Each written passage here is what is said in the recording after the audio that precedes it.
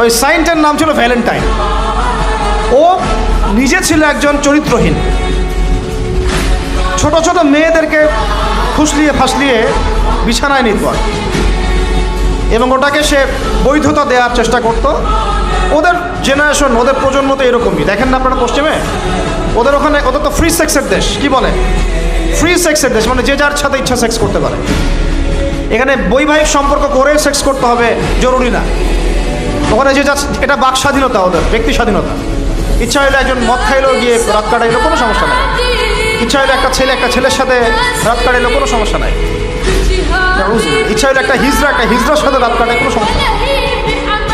ইচ্ছা হইল, মানে কি বলবো, একটা ছেলে 5টা মেয়ের সাথে একসাথে জেনা করলো তাও সমস্যা নেই, 5টা ছেলে মিলে একটা মেয়ের সাথে জেনা করলো কোনো সমস্যা নেই। এইগুলো আরও ভিডিও করে করে করে করে ইন্ডাস্ট্রি বানাইছে। ওই ইন্ডাস্ট্রির নাম দিয়েছে porn industry. Industry, porn industry. এগুলো যেগুলো অনলাইনে দেখানো হয়, এগুলো কোনোটা বাস্তব না, রিয়েল না, এগুলো শুটিং করা। এগুলো কি জাস্ট যেমন নাটক সিনেমা আপনারা দেখেন শুটিং করা, এগুলো কি বাস্তব? স্ক্রিপ্ট লেখা হয়, 10টা ক্যামেরা থাকে, লাইট ক্যামেরা অ্যাকশন, তারপর শুটিং শুরু হয়। ঠিক পর্ন ইন্ডাস্ট্রিটা এরকম একটা ইন্ডাস্ট্রি, এটা কোনো রিয়েল কিছু না। ওইটা সারা দুনিয়ার মানুষকে এরকম বেহায়াপনা নগ্নতা ছড়িয়ে দিয়ে ইন্টারনেটের মাধ্যমে প্রত্যেকটা দেশে দেশে পুরা দুনিয়া ছড়াই দিল। এই হলো এই সভ্যতা। ওই সভ্যতার এই ছিল সাইন্ট বলা হয়, মানে সেইন্ট, ধর্মযাজক। জেনা করতো, এর বৈধতা দেওয়ার চেষ্টা করতো। তো ওই সময়ে যে রাষ্ট্রপ্রধান ছিল, ওর নাম সম্ভবত ক্ল্যাডিয়াস না কি জানি হবে, আমার মনে নাই, অনেকদিন আগের পর, মেবি দ্বিতীয় ক্ল্যাডিয়াস হতে পারে, নামটা ভুলও হতে পারে, দেখে নিয়ে চেক করে। এ আবার ছিল একটু সৎ। এ দেখছে না এগুলো তো চলবে না, এরকম ধর্মের নাম দিয়ে আপনি মেয়েদের সাথে এরকম করবেন, কি বলে নষ্টামি করবেন, এগুলো চলবে না। ওকে ধরে জেলখানায় ঢুকাইছে। জেলখানায় ঢুকানোর পরে একজন কারারক্ষী আছে, ওই কারারক্ষীর মেয়ে আবার অন্ধ, আর এ সাইন্ট আবার চিকিৎসকও ছিল, সে আবার ট্রিটমেন্টও করত, চিকিৎসকও ছিল। তো সে চিকিৎসা করে করে ওই মেয়েটার চোখ কিছুটা ভালো করে দেয়। পরে ওই মেয়ের সাথেও আবার জেনায় লিপ্ত। এরপরে একে ফাঁসি দেওয়া হয়। এরও প্রায় 200 বছর পরে, 400 মনে হয় 90 সাল কি 93 সালের দিকে এসে ওই পরের জেনারেশনের কোনো এক রাজা, ওর নামও বলে গেছে, এটা মনে রাখতেও চাই না, আসলে মনে রাখার বিষয় না। সে এসে ওই দিবসটাকে চালু করলো, যে সে একটা খুব বড় মস্ত প্রেমিক ছিল, মহাপুরুষ ছিল, মহাপ্রেমিক ছিল, তাকে স্মরণ করে রাখা উচিত, স্মরণীয় করে রাখা উচিত। ওই সময় থেকে এই যে 14 ফেব্রুয়ারি ভ্যালেন্টাইন্স ডে চালু হয়েছে। এরপরে ইউরোপের মধ্যে, শোনেন, ইউরোপের মধ্যে কয়েকটা দেশ ছাড়া কেউই এটাকে গ্রহণ করে না। ইতালিতে এই ঘটনাটা ঘটছে, স্বয়ং ফ্রান্সও এটা অনেক সময় গ্রহণ করে নাই। ফ্রান্সে 1779 সালের দিকে, 1779 সালের দিকে ফ্রান্স সরকার এটাকে নিষিদ্ধ করছিল। ওরাই মানে নাই, অস্ট্রিয়া হাঙ্গেরি মানে নাই, জার্মানি মানে নাই। এরা বলছে এইসব নষ্টামি আবার দিবস পালন করার কি আছে। ওরা কিন্তু মুসলিম ছিল না, অমুসলিম, তারাই মানে নাই। তারপরে মধ্যপ্রাচ্যের অনেক কান্ট্রি তো মানেই নাই, পাকিস্তানও মানে নাই, ইন্দোনেশিয়াও এটা হারাম ব্যান করছে, অনেক কান্ট্রি এটাকে ব্যান করেছে। শুধু 2টা কান্ট্রির কথা বলবো, কয়টা বলেন? 2টা কান্ট্রি, যে 2টা কান্ট্রি ফিলিস্তিনে ইসরায়েলের পক্ষে কাজ করেছে। কি মিল আছে এখানে আবার একটা, এটা একটা মিস্টেরিয়াস ব্যাপার। যেই 2টা দেশের প্রত্যক্ষ তত্ত্বাবধানে ফিলিস্তিনের ভূখণ্ডে ইসরায়েলের মতো জারজ রাষ্ট্রের জন্ম হয়েছে, এখনও সাহায্য সহযোগিতা পেট্রোনাইজ করে যাচ্ছে, ওই 2টা রাষ্ট্র এটাকে জিয়ে রাখছে। একটা নাম ব্রিটেন, ওই যে আপনারা লন্ডন যেতে যান জায়গা, আরেকটা নাম হচ্ছে আমেরিকা। শুধুমাত্র ব্রিটেনই প্রতি বছর প্রায় 100 কোটি পাউন্ড খরচ করে এই দিবসটাকে জিয়ে রাখার জন্য এবং সারা বিশ্বটাকে ছড়ায় দেওয়ার জন্য। আর কত শুনবেন, এগুলো বলতে থাকলে এগুলো নিয়েই রাত পার করা যায়। মূল কথাটা হচ্ছে, এটা আসলো পশ্চিমা সভ্যতা থেকে, কিন্তু পশ্চিমা সভ্যতার অনেক বড় বড় রাষ্ট্র এটা গ্রহণ করে নাই, গ্রহণ করে নিয়েছো তোমরা যুবক ছেলেরা, যুবতী মেয়েরা গ্রহণ করলা, তোমরা যারা মুসলিম কান্ট্রির ছেলেমেয়েরা গ্রহণ করলা, তোমরা যারা আল্লাহ তোমাদেরকে মুসলিম পরিবারে জন্ম নেওয়ার তৌফিক দিয়েছিলেন গ্রহণ করলো কারা? যারা উম্মতে মুহাম্মাদি বলে দাবি করে। চিন্তা করা যায়। আর বাংলাদেশে, সুবহানাল্লাহ, বাংলাদেশে এটা কিন্তু ছিল না। 1993 সালের আগ পর্যন্ত এটা ছিল না। কত সাল বলেন? 1993 সালের আগ পর্যন্ত বাংলাদেশে এটা চালু হয় নাই। আপনারা হিস্ট্রি ঘাটেন, পড়েন, কবে থেকে এটা শুরু হলো। 1993 সালে ওই সময় একটা পত্রিকা ছিল, সম্ভবত তার নাম জয় জয় দিন, নাম শুনছে? ওর একটা সম্পাদক ছিল, তার নাম হচ্ছে শফিক রহমান। কি রহমান? অনলাইনে ঘাটেন, দেখেন পাবেন। এ লন্ডনে থাকতো, ওখানে পড়াশোনা করতো, ওখানকার কৃষ্টি কালচার শিখে এসে 1993 সালে প্রথম বাংলাদেশের মাটিতে এইভাবে ঢাকঢোল পিটায় এই বিশ্ব ভালোবাসা দিবস চালু করা হয়, যার মধ্য দিয়ে এই কাজগুলো এখন হচ্ছে। কত সালে? 1993। এই যে ইয়াং জেনারেশন কেউই জানে না, এগুলো ছুটতেছে, একটার পিছনে ছুটতেছে। আমাদের ইয়াংদের মূল প্রবলেম এটা, একটা সামনে কিছু দেখলেই দৌড় দেওয়া শুরু করে। আর দাঁড়াও রে ভাই, দেখো এটা কার, কোত্থেকে আসছে, এর সাথে আমাদের কোনো সম্পর্ক আছে কিনা, এটা আমাদের সংস্কৃতি কিনা, এটা করলে আল্লাহ আবার আমাকে ধরবে কিনা, রসুল আবার আমার উপর রাগ হবে কিনা কে আমাদের মাঠে, আমার আমল নামে আবার গোনা গোনা জমাবে কিনা, এগুলো হিসাব আমি কেমন করে দিব, এই চিন্তা করতে হবে না? তুমি তো ভাই মুসলিম পরিবারের যুবক, মুসলিম পরিবারের যুবতী, তোমাদের দ্বারা তো এটা আশা করা যায়। অন্যরা করুক, সেটা না হয় আলাদা বিষয়, আমরা ওগুলো দেখতেও চাই না কে কী করে। 1993-তে এটা বাংলাদেশে আসে, আবার বাংলাদেশে আবার ডাবল জাহেলিয়াত আসছে। কীরকম? যেটা আবার অন্য কান্ট্রিতে আসে না। বাংলাদেশে এই দিনে আবার আরও একটা দিবস একসাথে, ওটার নাম পহেলা ফাল্গুন। কি নাম বলে? এই দুইটা মিলে এখন উদযাপন হবে কালকে থেকে। এই উদযাপন করতে আপনাদের সাগর পারে সব ভিড় জমায় ফেলছে, হোটেল সব বুক, 3 গুণ 4 গুণ ভাড়া। মাশাল্লাহ, আপনারাও তো যারা হোটেল মালিক আছেন এই সুযোগ লুফে নিচ্ছেন। হ্যাঁ, ব্যবসা বেশি হবে, তারপরে খাওয়া দাওয়ার হোটেলের প্রাইস বেশি হবে। শোনেন, একটা হারামকে কেন্দ্র করে যা কিছু অর্জন করবেন সব হারাম। একটা হারামকে কেন্দ্র করে যা কিছু অর্জন করবেন আপনি সবই হারাম। বরং এখন আপনার বলা উচিত ছিল ইমানদার হলে, আমার হোটেল আজকে বন্ধ, আমি এই দিবস উপলক্ষে ভাড়া দিই না। সাগরের সামনে তারা এগুলো করতেছে, সাগরের এক একটা ঢেউ এটা সাক্ষী থাকতেছে। এই সাগরের এক একটা ঢেউ, যে ঢেউ আল্লাহর হুকুমে আসে, আল্লাহর হুকুমে চলে। আপনি ইমানদার মানুষ, আল্লাহর বান্দা, আল্লাহর মুমিন বান্দা, আপনার জন্য আল্লাহ সাগরের তলদেশে অসংখ্য নেয়ামত রিজিক দিয়ে দিয়েছেন, আমাদের জন্য দিয়েছেন, ওকে আমাদের অনুগত করে দিয়েছেন। দাঁড়ান আপনি তার সামনে, ও বিনয়ের সাথে আপনার পা ধুয়ে দিবে। সাগর বিনয়ের সাথে আপনার কি করবে? পা ধুয়ে দিবে। আর এই সাগরকে আল্লাহ যদি কোনোদিন বলেন এইখানে এরকম এই অশ্লীলতা হয়েছে, বেহায়াপনা হয়েছে, জেনা হয়েছে, ব্যভিচার হয়েছে, সমকামিতা হয়েছে, এই সাগর তুমি এই সমস্ত এলাকাবাসীকে ধ্বংস করো না, কি করবেন সেদিন? দেখাতে পারবেন? আমি কারোকে সন্তুষ্ট করার জন্য কথা বলছি না, আর কারো অসন্তুষ্টির পরও আমি করছি না। যেটা হক সেটা আমাকে বলতে হবে, কারণ যদি আমি না বলি ওই গজব আসলে আমি সদ্য ধ্বংস হয়ে যাব। আল্লাহ পাক চাইলে এক দিনের মধ্যে এমন সুনামি দিতে পারেন, পুরা কক্সবাজার কেন বাংলাদেশ পানির তলে চলে যেতে পারে। এই জায়গাকে বেছে নিছে এই সেনা দিবস পালন করার। চিন্তা করেন কার ক্যারেক্টার, কার আদর্শ এটা ফলো করতেছে। আল্লাহ পাক কোরআনে বলেছেন, লাকাদ কানা লাকুম ফি রাসূলিল্লাহি উসওয়াতুন হাসানা, তোমাদের মধ্যে আল্লাহর নবী মুহাম্মদ সাল্লাল্লাহু আলাইহি ওয়াসাল্লামের মধ্যেই আছে সর্বোত্তম আদর্শ। আর এই দিবস পালনের মধ্য দিয়ে আপনারা ওই সেন্ট ভ্যালেন্টাইন্স ওর আদর্শ ফলো করতেছেন। নাউযুবিল্লাহ। হাদিসে নবীজি বলছেন, আল মারউ মা'a মান আহাব, যে যাকে ভালোবাসবে। অন্য হাদিসে আসছে যে কম যার সাদৃশ্য অনুসরণ করবে তার সাথেই তার হাসর হবে। তাহলে আপনারা তার সাথে হাসরের প্রিপারেশন নিতে থাকেন। কার সাথে হাসর করতে চান? চিন্তা করা যায়। আনাস রাদিয়াল্লাহু আনহু বলতেন যে আমি আল্লাহর নবীকে ভালোবাসি, আমি আবু বকরকে ভালোবাসি, আমি ওমরকে ভালোবাসি রাদিয়াল্লাহু আনহুম আজমাইন।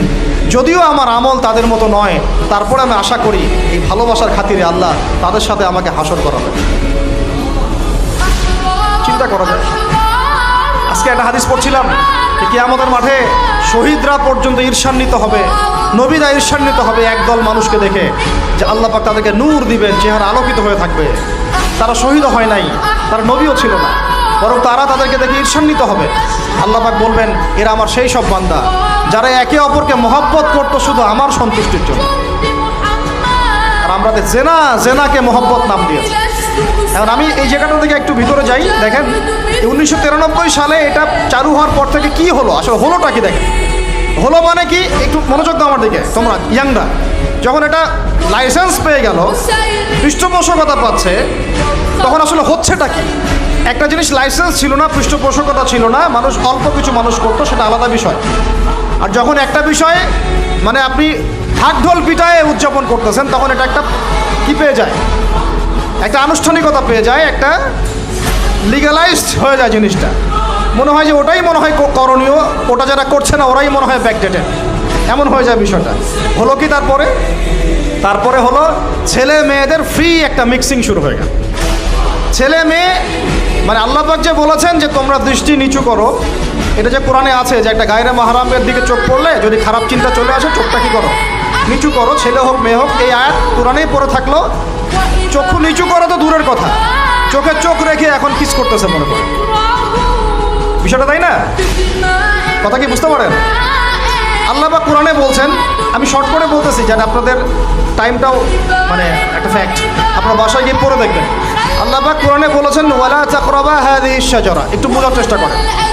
এই কথাটা আল্লাহ পাক বলেছেন আমাদের পিতা এবং মাতাকে, আদম আলাইহিস সালাম এবং হাওয়া আলাইহিস সালামকে। দেখো তোমরা জান্নাতের সব জায়গায় ঘোরো, খাও, কোনো সমস্যা নাই। ওয়ালা তাকরাবা হাযিহিশ শাজারা, এই গাছে উঠবা না, কথাটা এমন না। এই গাছের পাতা ধরবা না, কথাটা এমন না। এই গাছের ফল টান দিও না, কথাটা এমন না। এই গাছের ছায়ায় বসিও না, কথাটা এমন না। আল্লাহ পাক বলছে ওয়ালা তাকরাবা, এই গাছের কাছেও, আরো জোরে বলেন, এই গাছের কাছেও যেও না। ফল খাওয়া তো দূরের কথা, গাছে উঠা তো দূরের কথা, গাছের নিচে বসা তো দূরের কথা, কাছেও সেম কথা আল্লাহ পাক সূরা বনী ইসরাঈলের মধ্যে বলছেন ওয়ালা তাকরাবুজ জিনা, তোমরা জেনার কাছেও। বলা হয় নাই যে তুমি দেখা সাক্ষাৎ করো না, ভ্যালেন্টাইন্স ডে পালন করো না তথাকথিত, তুমি ওর হাত ধরো না, তুমি ওর দিকে খারাপ নজরে তাকিও না, তুমি ওকে কিস করো না, তুমি সব করো কিন্তু মানে বিশেষ কাজটা করো না, তার সাথে অন্তরঙ্গ মিলিত হয়েও না, এগুলো বলা হয়। কি বলা হচ্ছে? ওর কাছেও।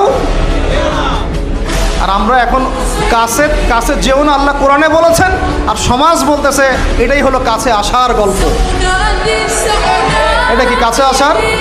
তাহলে কোরআন একদিকে যাচ্ছে, সুন্নাহ একদিকে যাচ্ছে, আপনার ইসলাম একদিকে যাচ্ছে, আল্লাহ একদিকে, রাসূল একদিকে, সমাজ। তাহলে নিঃসন্দেহে এই সমাজের উপর আল্লাহর বরকত নাজিল হবে, আল্লাহর রহমত আসবে। এটা বোঝার চেষ্টা করেন। এরপরে কি হলো 93 পর থেকে ফ্রি মিক্সিং বেড়ে গেল। এখন দিবস পালন, আপনি তো পরিবারের পিতামাতাও মেনে নিচ্ছে যে আরে এটা তো ছেলেমেয়েরা এখন করেই, সমস্যা কি? ফ্রি মিক্সিং বেড়ে গেল।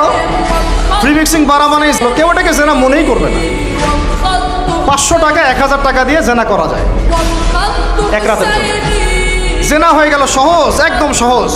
যেই জেনার কারণে সমাজে এমন মহামারী নেমে আসে, এমন রোগ নেমে আসে যেটা আগে কখনো ছিল না। করোনা তো কিছুই না, দেখেন সামনে আরও কি আসতেছে।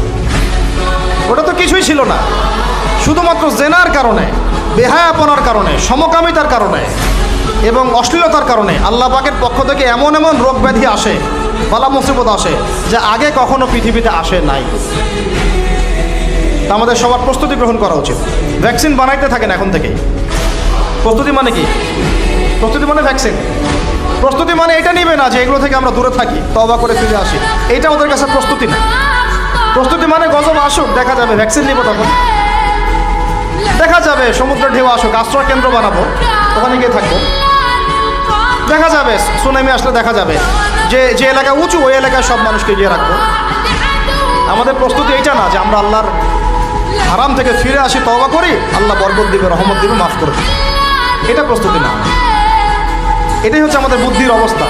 এই বুদ্ধি নিয়ে আমরা দাবি করি আমরা বুদ্ধিজীবী, এই বুদ্ধি নিয়ে আমরা সমাজ চালাই, এই মাথা নিয়ে আমরা সমাজ চালাই। কে টিকতে পারছে? ফেরাউন টিকতে পারছে? নমরুদ টিকতে পারছে? কে টিকতে পারছে পৃথিবীতে? আদ জাতি, সামুদ জাতি, কওমে নূহ, কওমে শুআয়ব, কে টিকতে পারছে? এখনকার নব্য যারা ফেরাউন, নব্য নমরুদ, নব্য আবু জাহেল, এরাও টিকতে পারবে? কশিন কালো। দেখেন তারপরে ফ্রি মিক্সিং বেড়ে গেল, প্রেমিক প্রেমিকা কপতি, যুগল বিনিময়, যুগলবন্দি হচ্ছে। তারপরে জেনা বেড়ে গেল, পরকীয়াও বেড়ে গেল। জেনাও বেড়ে গেল, পরকীয়াও বেড়ে গেল। অথচ কোরআন বলছে জেনা করলে কোরআনের শাস্তি হচ্ছে 100 বেত্রাঘাত দিতে হবে। কতটা? আর ওইটা আপনি দিবস পালন করতেছেন এখন। আল্লাহ বলছেন এটা করলে 100 বেত্রাঘাত, আর 1 বছরের জন্যে ওই এলাকা থেকে নির্বাসন। এটা কোরআন বলছে, সূরা নূরের আয়াত 2 নম্বর 3 নম্বর। এটা বলছে কোরআন, কথা বলছে এটা। আর সমাজ বলতেছে আসো আসো কাছে আসার গল্প, আরও জেনা করো। আল্লাহ বলছেন কাছেও যেও না, আমি বলছি এটাই কাছে আসার গল্প। এরপরে বাড়লো পরকিয়া, এর সাথে আরও বিভিন্ন সিরিয়াল, হিন্দি সিরিয়াল, এইটা স্টার জলসা, জি বাংলা দেখে দেখে আমাদের একদম মাথাটা খারাপ হয়ে গেল। বাসায় বউ, বাইরে আরও 3টা 4টা, বাসায় স্বামী, বাইরে 3টা 4টা। এই সমস্যাটা রেয়ার না, অনেক বেশি বেশি ঘরে ঘরে ঢুকছে এটা। এর সাথে বাড়ছে সমকামিতা, এখন ছেলে ছেলের সাথে জেনা করতেছে। এখন ছেলে ছেলেও ভ্যালেন্টাইন্স পালন করবে কালকে। নাউজুবিল্লাহ, নাউজুবিল্লাহ। এটা কমে লুত, এটা কোন কম? কমে লুত। আল্লাহ পাক ওই কমকে এরকম করে মাটি থেকে উপরে উঠিয়ে পাথর নিক্ষেপ করে সবগুলোকে থেতলা করে মাটিতে দাফন করে দিয়েছিলেন। এখনও আপনি গুগল সার্চ করে দেখেন, জর্ডানের ডেড সি, মৃত সাগর, ওই জায়গাটা ছিল কমে সাদুম, ওখানে থাকতো। নিদর্শন সামনে পড়ে আছে।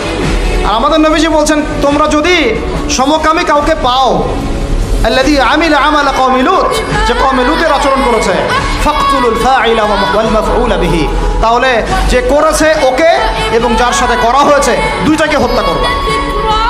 কে বলেছেন? আপনার নবী, জি, যিনি সমাজ চালান তার নবী, যার হাতেই সব অথরিটি আছে, আপনার নবী কথা বলেছেন। আপনি আপনার নবীর সামনে হাউজে কাউসারে কিভাবে দাঁড়াবেন এই ফিকির আপনি গ্রহণ করেন। আরো বলেছেন তিনি, উরজুমু লা আলা ওয়ালা আসফালা মিনহুমা উরজুমুহুমা জামিআ, তোমরা সমকামী কাউকে পাইলে উপরে আছে যে আর নিচে যে আছে দুইটাকে এক রজম করে থাতলা করে হত্যা করে। এটা কি ব্যক্তির জন্য এই দায়িত্বটা বর্তায় না এটা উপরের লেভেলের দায়িত্ব? এই হলো আল্লাহর বিধান, রাসূলের বিধান, আর এই হলো সমাজ, এই হলো আমাদের অবস্থা। এরপরে আমরা দাবি করতেছি আমরা মুসলমান, আমরা মানে মরার সাথে সাথে জান্নাতে চলে যাব। নাউজুবিল্লাহ। চিন্তা করা যায়? আমরা দাবি করতেছি আমরা মুহাম্মদ সাল্লাল্লাহু আলাইহি ওয়াসাল্লামের উম্মত, আমরা তার হাতে হাউজে কাউসারও চাই, তার সুপারিশও মানে প্রত্যাশা করি, আর পুরো জীবনটা উপর থেকে নিচ পর্যন্ত তার বিরুদ্ধাচরণ করে চালাচ্ছে। এটা আমাদের দেশে 1993 থেকে শুরু হলো। তারপরে পরকীয়া এগুলো আরও বাড়তে থাকলো। এর উপর আবার একটা ব্যাপার আছে, এর উপর আবার ওই 90-এর দশক থেকে এই পর্নোগ্রাফিও ছড়ায় দেওয়া হলো সবচেয়ে। মানে ভিতরে ভিতরে ফোনে ফোনে ছেলেমেয়েরা পর্ন দেখতেছে। আমার কথাটা বুঝেন, রাত্রেবেলা ভিতরে ভিতরে মনে করেন ছেলেমেয়েরা পর্নোগ্রাফি দেখতেছে। বেশি ভালো সাজার প্রয়োজন নেই, সবারই চোখে কম বেশি এটা পড়েছে। যারা অনলাইনে ঢুকেছেন জীবনে একবার হলেও তার চোখে পড়বে, এটা অনলাইনের ফিতনা, তাই না? পর্নোগ্রাফিও দেখতেছে। এদিকে পর্নোগ্রাফি দেখার মধ্য দিয়ে কি হয়, মানুষ পশু হয়ে যায়। একটা মানুষ যখন পর্নোগ্রাফিতে আসক্ত হয়, ওটা ছাড়া সে চলতে পারতেছে না। ওর সামনে আপনি 5 বছর 6 বছর একটা মেয়েকেও যদি দেন, ওকে ধর্ষণ করে রেখে দেন। দেখেন, হ্যাঁ, কেন ধর্ষণ করলো 5 বছরের মেয়েটাকে? এটা কি সম্ভব? 5 বছর একটা মেয়ের সাথে কি মানে সেক্সুয়াল কোনো সম্পর্ক সম্ভব? কিভাবে করতে পারলো? বিকজ পর্ন দেখে দেখে ওটা মাথাটাও নষ্ট হয়ে গেছে। পর্ন যেটা করেছে, পর্নোগ্রাফি আর এই জেনাগুলো যেটা করেছে, সত্যিকারের ভালোবাসার সংজ্ঞাটাই পরিবর্তন করে দিয়েছে। সত্যিকারের ভালোবাসা মানে হচ্ছে দায়িত্ব, রেসপন্সিবিলিটি, বিশ্বাস। ভালোবাসার মানুষ ভালো থাকে এটা চাওয়া, তার উপর আমার জিম্মেদারি আছে তাকে ভালো রাখা। ভালোবাসা মানে কি? স্বার্থ ত্যাগ করে তার স্বার্থ দেখা, তাই না? সম্মান। ভালোবাসার ডেফিনেশন কি? ভালোবাসা মানে কি? আমি আমার ওয়াইফকে ভালোবাসি, তার মানে কি আমি তার ইজ্জতের জিম্মাদার, তার দিকে চোখ তুলে কেউ খারাপ চোখে তাকাতে পারবে না। ভালোবাসি আমি তাকে, সে আমার, আমি তাকে অন্যের সামনে শো করতে পারবো না, সে আমার। ভালোবাসা মানে আমি তাকে বিশ্বাস করি, আমি তাকে কি করি? বিশ্বাস করি, আমি তার প্রতি আমার আত্মবিশ্বাস আছে, কনফিডেন্স আছে। ভালোবাসা মানে আমি তাকে সম্মান করি, আমি তার সম্মান বুঝবো। তো পর্ন আর জেনা যেটা করলো, ভালোবাসার সংজ্ঞাটাই পরিবর্তন করে দিল। এরা ভালোবাসার সংজ্ঞা দিল, ভালোবাসা মানে হলো যৌনতা। ভালোবাসা মানে জাস্ট সেক্সুয়াল রিলেশনশিপ, আর কিচ্ছু না।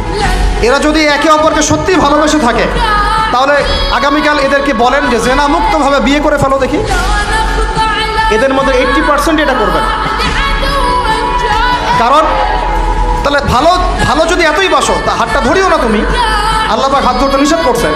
তুমি পরিবারের মাধ্যমে প্রস্তাব পাঠাও, মোহর ফিক্স করো, করে বিয়ে করো। ভালোবাসো যদি, তাহলে তাকে নিয়ে সন্তুষ্ট থাকো, তার সম্মানবোধ রক্ষা করো, তার দায়িত্ব নাও। তার কি নিবা? দায়িত্ব নাও।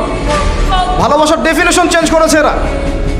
একটা মেয়েকে ভালো তুমি যদি বেশেই থাকো ছেলেটাকে, তাহলে তুমি তার সাথে কিভাবে এভাবে হারাম জেনায় লিপ্ত হতে পারবে? তোমার তো বলা উচিত ছিল যে আমি একজন মুসলিম মেয়ে, আমি এসব জেনাতে যাব না। আমাকে যদি আপনি পছন্দ করেই থাকেন, আমার বাবার কাছে প্রস্তাব পাঠান। সিম্পল। এরপর পরিবারের মাধ্যমে আহাদ হবে, তারপরে আমরা আক্ত হবে, সেখানে আমাদের মোহর থাকবে, সাক্ষী থাকবে, আল্লাহর কালিমা সাক্ষী রেখে আমরা বিয়ে করে ফেলি। এইগুলোর মধ্য দিয়ে ভালোবাসার ডেফিনেশন চেঞ্জ করে দেওয়া। ভালোবাসার মানে যেটা ছিল সম্মান, ওইটার নাম হয়ে গেল এখন যৌনতা।